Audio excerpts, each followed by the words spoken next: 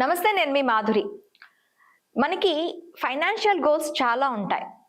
ఇల్లు కొనుక్కున్న తర్వాత ఓ ల్యాండ్ ఉంటే బాగుంటుంది అనిపిస్తూ ఉంటుంది. అయితే ల్యాండ్ కొనుక్కోవడం బెటరా?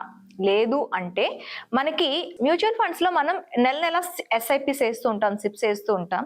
అదే సిప్ అమౌంట్ ని రియల్ ఎస్టేట్ లో ఇన్వెస్ట్మెంట్ చేస్తే ఎలా ఉంటుంది, మనకి రిటర్న్స్ ఎలా ఉంటాయి, డీటెయిల్ గా చెప్పడానికి మనతో పాటు ఉన్నారు రాజేశ్వరి గారు, యాంపీ certified and certified financial goal planner. తనని అడిగి డీటెయిల్ గా తెలుసుకుందాం. Hello ma'am. హాయ్ మ్యామ్, ఎలా ఉన్నారు? ఫస్ట్ సూపర్ బాగున్నాను.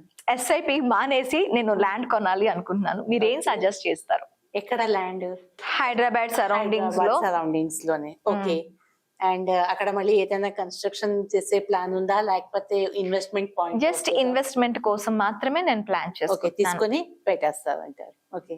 అది ఎస్ఐపి మానేసి అంటే ఎస్ఐపి లో పే చేసే అమౌంట్ అంతా కూడా అక్కడ డైవర్ట్ చేస్తారా అమౌంట్, లేకపోతే లోన్ ఏదైనా వస్తుందా మీకు ల్యాండ్ కోసం అనేసి? నేను ఒక మంత్లీ ఒక 5,000 ఎస్ఐపి ఏదైతే చేస్తున్నానో అదే 5,000. ఎందుకంటే భూమి నాకు ఎప్పుడు మోసం చేయదు, భూమి వాల్యూ అనేది ఎప్పుడు పెరుగుతూ ఉంటుంది.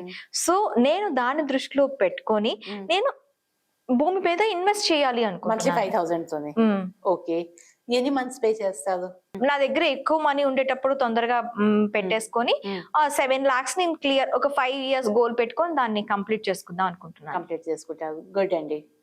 నిజంగానే భూమాత ఎప్పుడు కూడా అన్యాయం చేయదు. మనం కొనుక్కున్నప్పుడు వాల్యూ ఒకటి ఉంటుంది అండ్ ఫ్యూచర్ లోనే దాని వాల్యూ పెరుగుతూనే ఉంటుంది. Good option. కానీ అది ఒకవేళ మీరు అమ్మాలి అనుకుంటే మీకు ఈజీ లిక్విడిటీ ఉంటుందా? కొనేటప్పుడు ఓకే చాలా బాగున్నది, చాలా పాకెట్ ఫ్రెండ్లీ ఉన్నది, నేను ఈఎంఐస్ లో 5,000 రూపాయలు కదా, ఇక్కడ ఉన్న అమౌంట్ ని అక్కడ డైవర్స్ చేస్తాను, అట్ ద సేమ్ టైం ఉన్నప్పుడు ఏవైనా నేను లంసమ్ అమౌంట్ కూడా వేసి నేను క్లియర్ చేసుకుంటాను అంటున్నారు. That is very good. అందుకనే సార్ నన్ను వెళ్ళి అక్కడ మీరు ఇల్లు కట్టుకొని ఉంటారా? ఏదైనా ప్లాన్ ఉన్నదా? ప్లాన్ ఉన్నది అంటే హ్యాపీగా తీసుకోవచ్చు. బట్ ఇన్వెస్ట్మెంట్ పాయింట్ ఆఫ్ వ్యూతో అనుకుంటున్నారు అండ్ మీకు ఎప్పుడైనా ఇన్ బిట్వీన్ ఏదైనా ఫైనాన్షియల్ నీడ్ వచ్చింది అనుకోండి, మీకు ఈజీ లిక్విడిటీ ఉంటుందా? క్వశ్చన్ మార్క్ కదా. బట్ ఏదైతే మీరు ఎస్ఐపి ఇక్కడ నాకు దగ్గర స్టార్ట్ చేస్తున్నారో మీది ఏది కూడా ఇన్వెస్ట్మెంట్ నేను లాకింగ్ పీరియడ్ లో పెట్టలేదు. ఓకే. మీకు ఎప్పుడైనా ఏదైనా నీడ్ ఉన్నది అనుకోండి, మీరు ఇందులోంచి పార్షల్ విత్డ్రా చేసుకోవచ్చు. అండ్ నేను మీకు పార్షల్ విత్డ్రా కూడా చేసుకోమని చెప్పను. ఇది పే చేసుకుంటూ వెళ్ళాక మీ దగ్గర LAS లోన్ అగైన్స్ట్ సెక్యూరిటీ అన్నది ఉన్నది. మీ ఇన్వెస్ట్మెంట్ లో నుంచి కూడా మీరు without redemption within 4 hours working day ఉన్నది అంటే మార్నింగ్ మనం అప్లై చేసామంటే ఆఫ్టర్నూన్ కల్లా మీ అకౌంట్ లోని ఆ అమౌంట్ అయితే మీకు వస్తుంది. ఫస్ట్ ఆఫ్ ఆల్ మీరు ఎస్ఐపి ఏదైతే మీరు స్టార్ట్ చేసుకున్నారో as long as you want you can continue. If you want to pause for few months, ఒక పాజ్ అన్న ఆప్షన్ ఇచ్చారంటే అది పాజ్ అయిపోతుంది. దెన్ మీకు ఏదైనా మీ నీడ్స్ ఏవైనా ఉన్నాయంటే అవి కమిట్మెంట్స్ అయిపోయాక again you can start. Right? Yes. Next మీకు ఏదైనా కమిట్మెంట్ ఉన్నది, ఈజీ ఇమీడియట్ లిక్విడిటీ కావాలి, ఇమీడియట్ లిక్విడిటీ కావాలన్నప్పుడు అది మనం అమ్మలేము.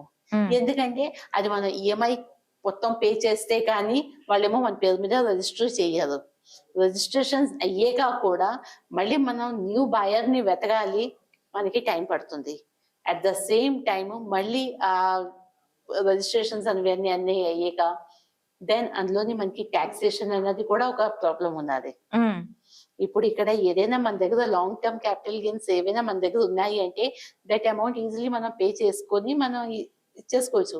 లేదా మనం ట్యాక్స్ తో సేవ్ అవ్వాలి ఇమీడియట్ గా వద్దు అంటే LAS తీసుకోండి, తీసుకొని మీ నీడ్ ఫుల్ఫిల్ చేసుకుంటూ ఇక్కడ ఈఎంఐస్ లోని పే చేసుకోండి. మళ్ళీ మనం ఈఎంఐ పే చేసుకుంటూ మనది ఏదైతే మనది ఇన్వెస్ట్మెంట్ ఉన్నదో దాన్ని ఇంకా మనం పెంచుకోవచ్చు. సో కాబట్టి ఏం చేస్తే బాగుంటుంది? మ్యూచువల్ ఫండ్ కి వెళ్తేనే బాగుంటుంది. చెప్పండి. మ్యూచువల్ ఫండ్ కి వెళ్తేనే బాగుంటుంది. యాక్చువల్లీ నాకు గాలి తీసేశారు. అంటే ల్యాండ్ వస్తుంది కదా నా పేరు మీద, మంచిదే. కానీ మీకు ఇప్పుడు ఇక్కడ చెప్పిన ఫీచర్స్ అన్ని కూడా ఎస్ నాకు ఈజీ లిక్విడిటీ ఉంటుంది, నాకు 4 గంటల లోపల నాకు లోన్ వస్తుంది దాంట్లోంచి అనా ఇలాంటివి ఏవైనా, లేదా నేను అక్కడ వెళ్ళి నేను ఒక ఫామ్ హౌస్ కట్టుకుంటాను, నేను ఇల్లు కట్టుకొని ఉంటాను, నేను అడిగిన వాటి అన్నిటికీ కూడా మీరు నో అంటున్నారు. చాయిస్ మీదేను. అంటే మన దగ్గర ఉండే ఏదైనా అమౌంట్ అనేది మనకి అవసరానికి ఉపయోగపడేలా మన ఉండాలి అంటారు. అవసరానికి ఉపయోగపడలేనప్పుడు మన ఇంట్లో ఆ వస్తువులు కూడా పడేస్తాం అన్నమాట.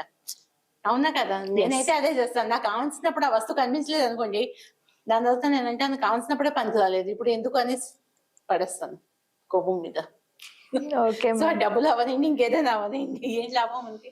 ఇప్పుడు మీరు మొత్తం అమౌంట్ ఏదైతే ఉన్నదో పే చేసేసారు. పే చేసేసాక ఓకే, రిజిస్ట్రేషన్ అయిపోయింది, ఆ ల్యాండ్ మీ దగ్గర ఉన్నది. ఓకే, ల్యాండ్ మీద మనకి లోన్ వస్తుందా?